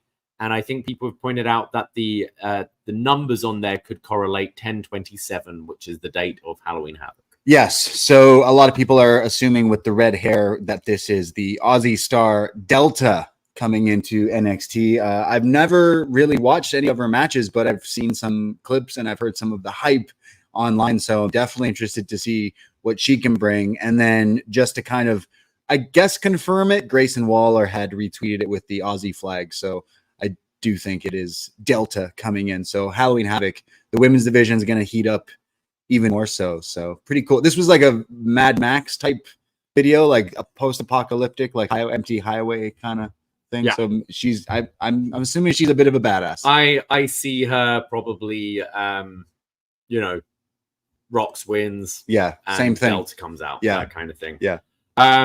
Yeah. So we go to the match. The match starts at 9:47, and we have a hard 10 o'clock. Yeah, we were nervous for them. We start off right away with roll-ups from both of them. Punk is calling it right down the middle with steady counts, but Page is like, come on, that's 1, 2, 3. Keeps on getting in his face. Page goes for a pin and puts his foot on the ropes, but Punk catches it. Now they're getting at each other even more. Trick comes in with a big leaping clothesline, and then there's a pump kick from Page for a 2. Lots and lots of pin attempts here. I was scared that Punk was going to blow out his shoulder jumping to the mat so much ahead of his big match here. Page then launches Trick through the barricade. After the break, Page comes back with a DDT for a 2.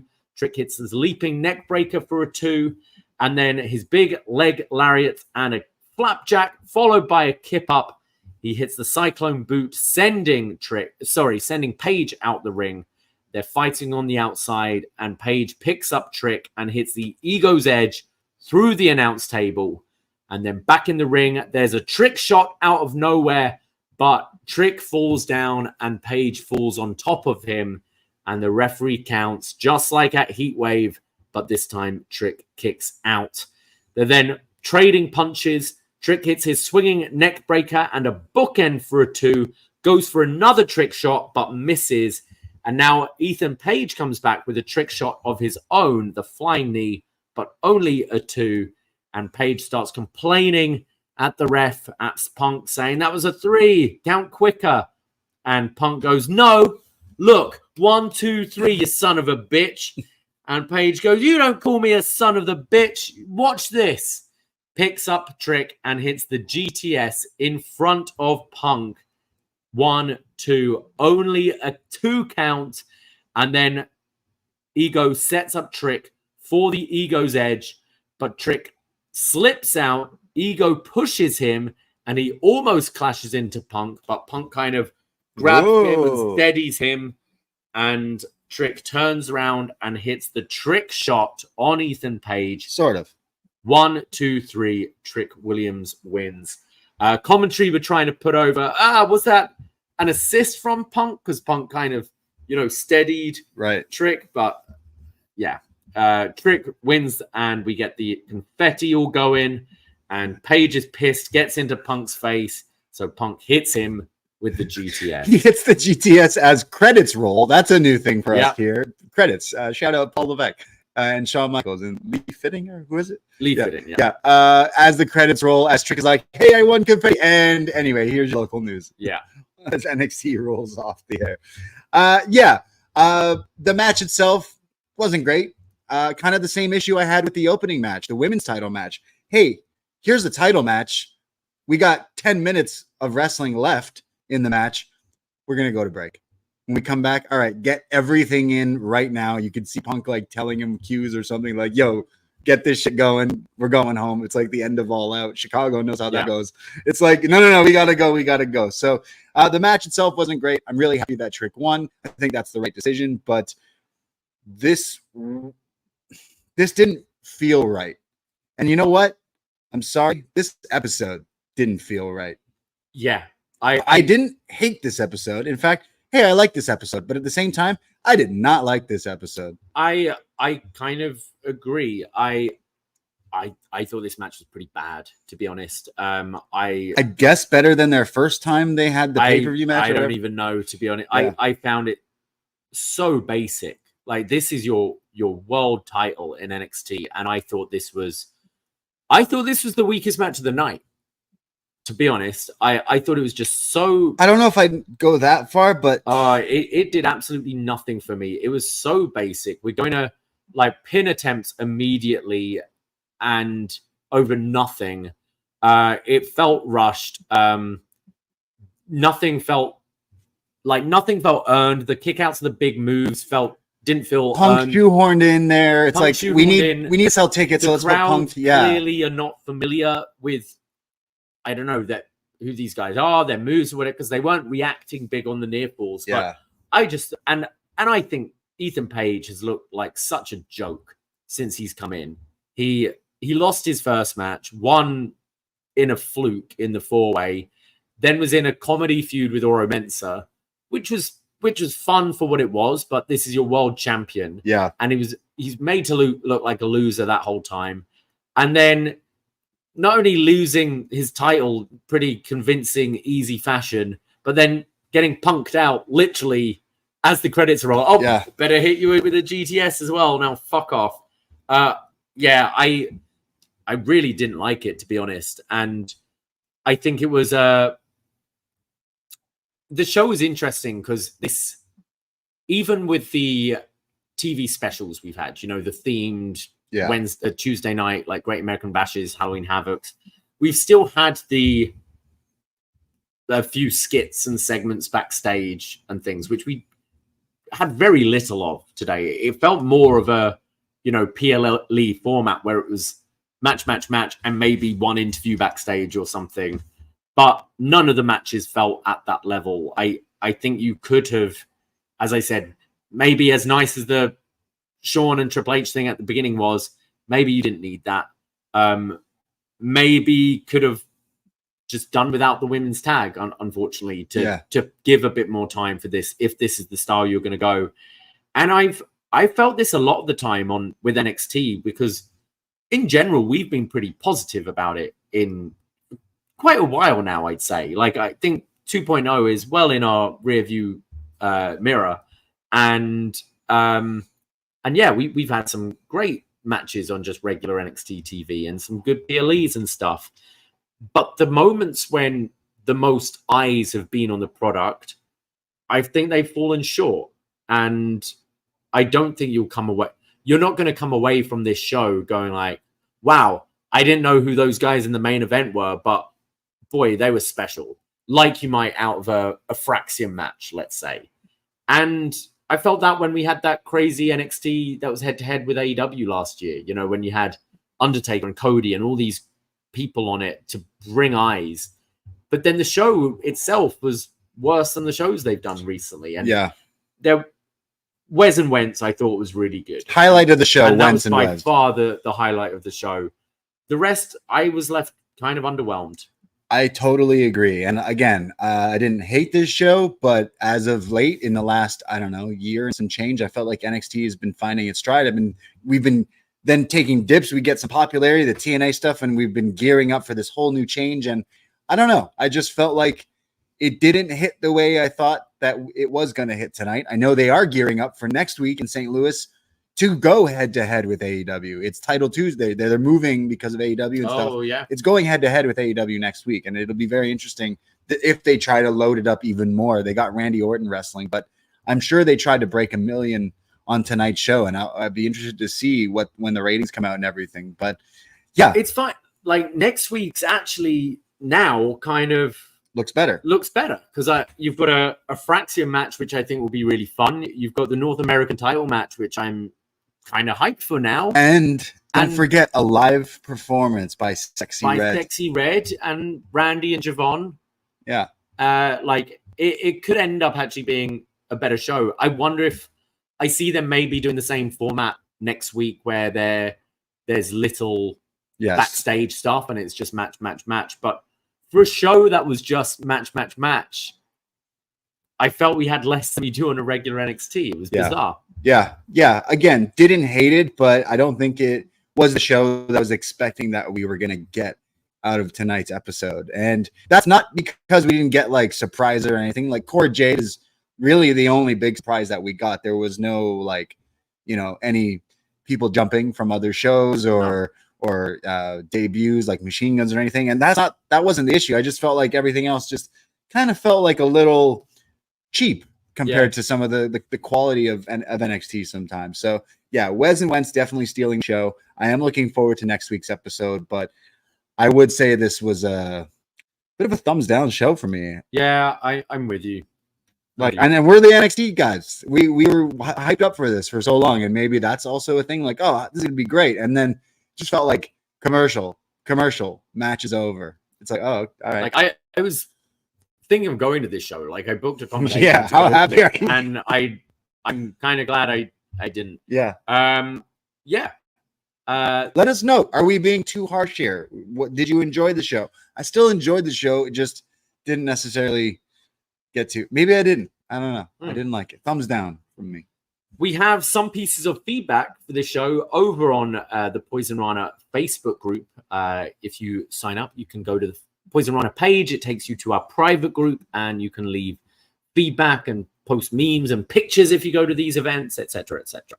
Yes, I know our listener Jake from the Windy City was in fact at the event, and in fact, I'll start with his here. Jake, live at the show. The Black and Silver era has officially commenced. Decent action, interesting stories, and follow-ups. Roxy, Giulia, and Wentz Lee were enjoyable, but I do not get the sense that some of us in the arena weren't too familiar with the NXT characters and product. Wasn't a fan of the table chants immediately, made it look silly. I also wish they had added a few more minutes on each match. But man, so happy to see Cora back. Extreme pop for Whoop Dat Trick with the win. I do think the street fight was my match of the night, and Punk is Punk. Can't go wrong with anything with him. I know Sean wants to keep NXT going on the road special, but this is a good start in my opinion. Although the theme song I'm kind of met with, but a fun experience going live, and this move sure gives NXT a reset it deserves. Curious to see what St. Louis brings to the table, and free giveaways with the C4s after the show.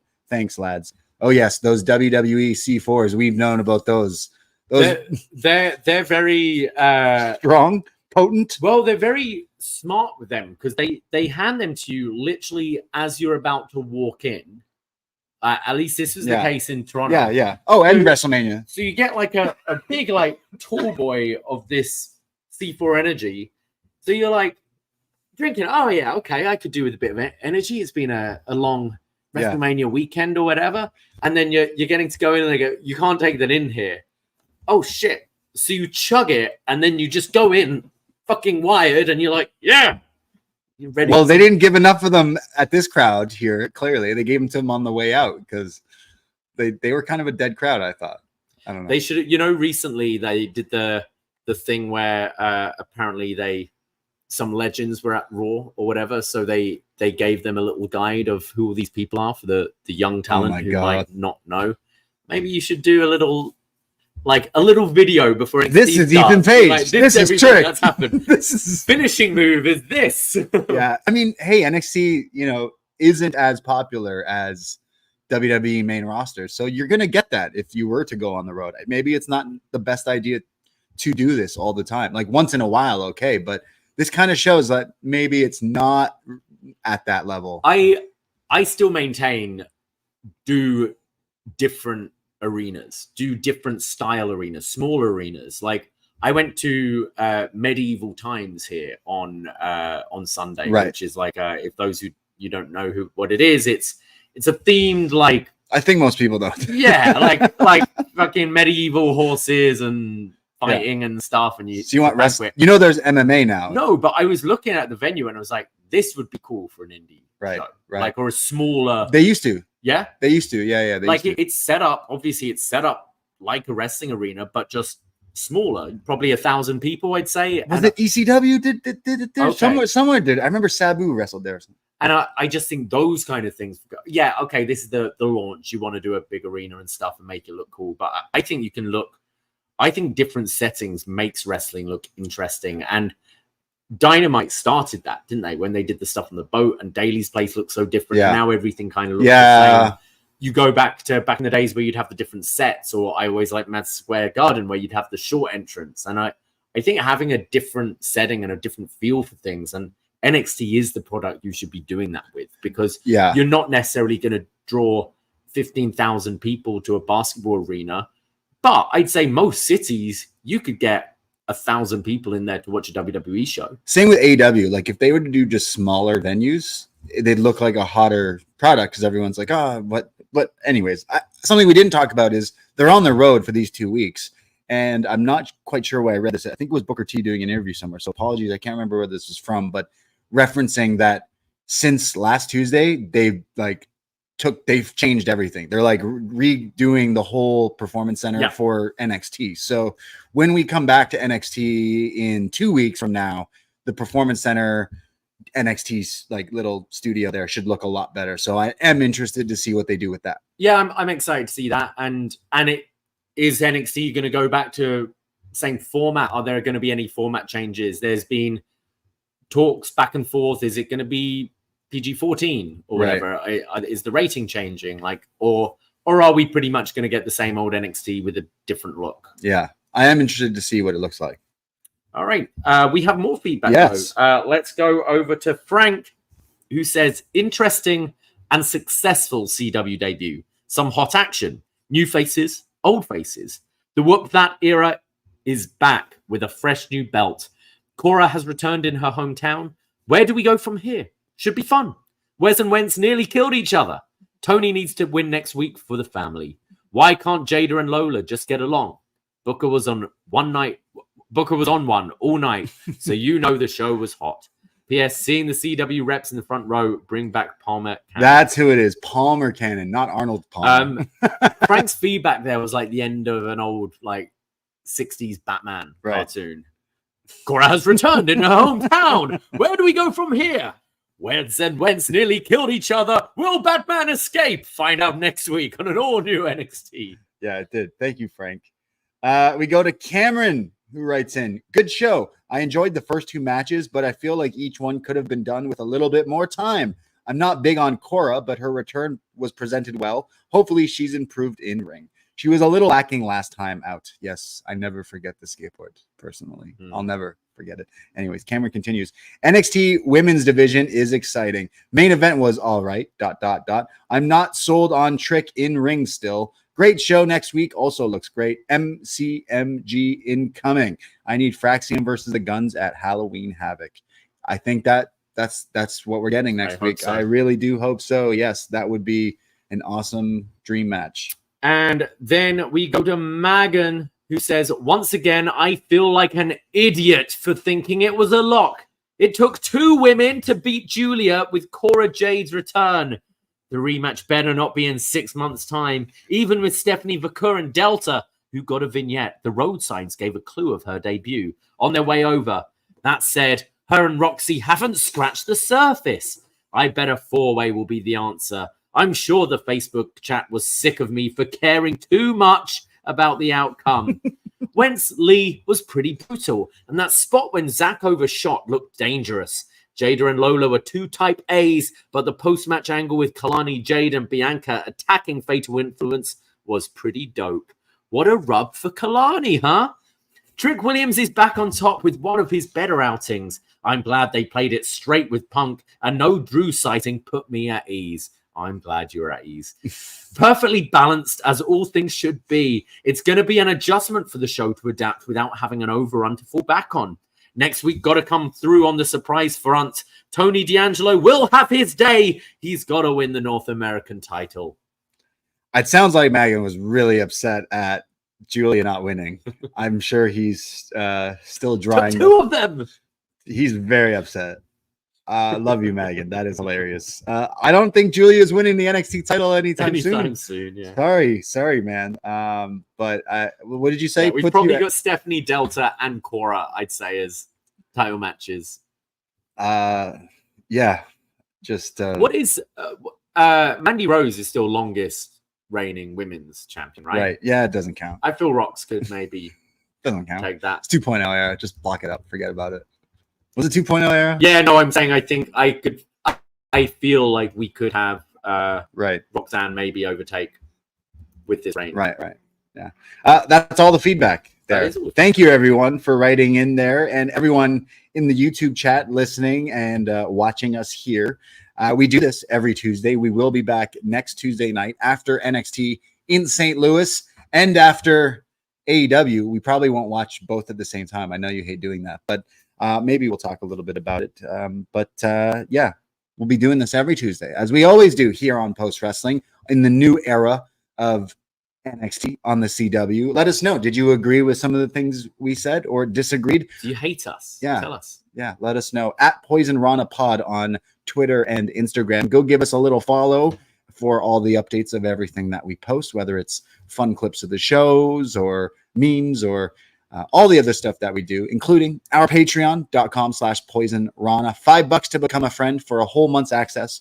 Over 500, 600 different shows, wrestling reviews, The Champ is Here, movie reviews, best match evers, all the like, including everything coming up in spooky season, our Bad Blood 97, and so much more. So go support us there. It's only $5. So what are you waiting for? What are you waiting for? Appreciate everyone out there listening here on Post Wrestling. We can't do it without you. And shout out Post Wrestling, John Way and the whole team. Love everybody. It's just a good time. There's so much wrestling and it never stops, and we're always here for you. So thank you. Thank you very much. And I'm sorry, Chicago. I didn't mean to say deep dish pizza was bad. I saw CM Punk backstage. You're emotional. It's okay. I'm now at ease. I see Punk gave Trick a nice box of Lou Malnati's. Okay. Which Lou Malnati. That was the first one we had. It was pretty good too. Nice. Yeah. I thought Punk was more of a Pequod's guy. He's a turncoat, that guy. Maybe he had the line was too big. He had a fight with him. Yeah. At least it wasn't muffins. Yeah, that's true. Not the thing he usually eats. Anyways. Mindy's. Are they open on a Wednesday? Yeah. Tuesday, isn't it? Yeah, we'll see. Everyone, thank you. At Poisonrana Pod, like I said, I myself, Braden Herrington. You can find me Twitter, Instagram at the Brady. And you can find me at Davie Portman. That's it. That's all. Take care. Goodbye and be safe. Ahoy!